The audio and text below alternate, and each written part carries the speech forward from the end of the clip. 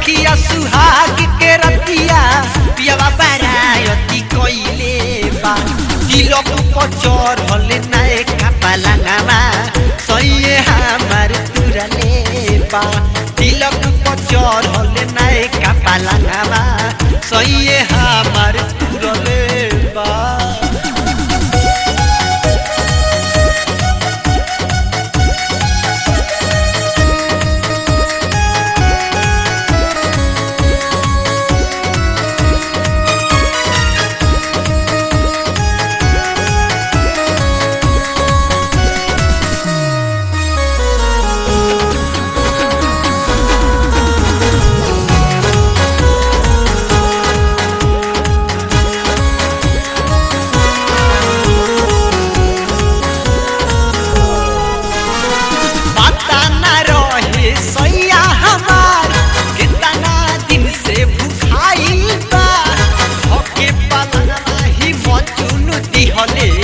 हमारा बहुते बुझाई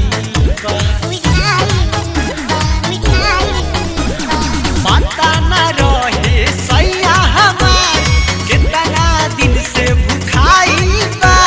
धके पलंगवा ही मचुन दिहले हमारा बहुते बुझाई हाथ में के हमारा नौ नौ को चुड़िया एक लागल फोड़ा हाथ में के हमारा नौ नौ को चुड़िया एक लागल फोड़ले तिलक पचर हले नाए कपालांगावा सइए हमार तुरले बा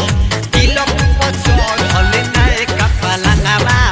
सइए हमार तुरले बा।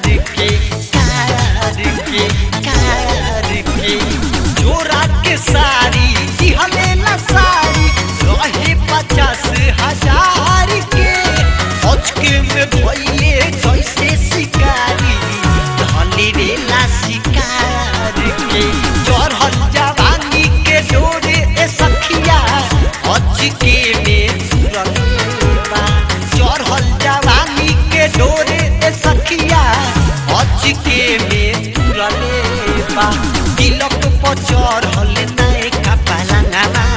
सइए हमार तुरले बा तिलक पचर हले नाए कपालांगावा सइए हमार तुरले बा।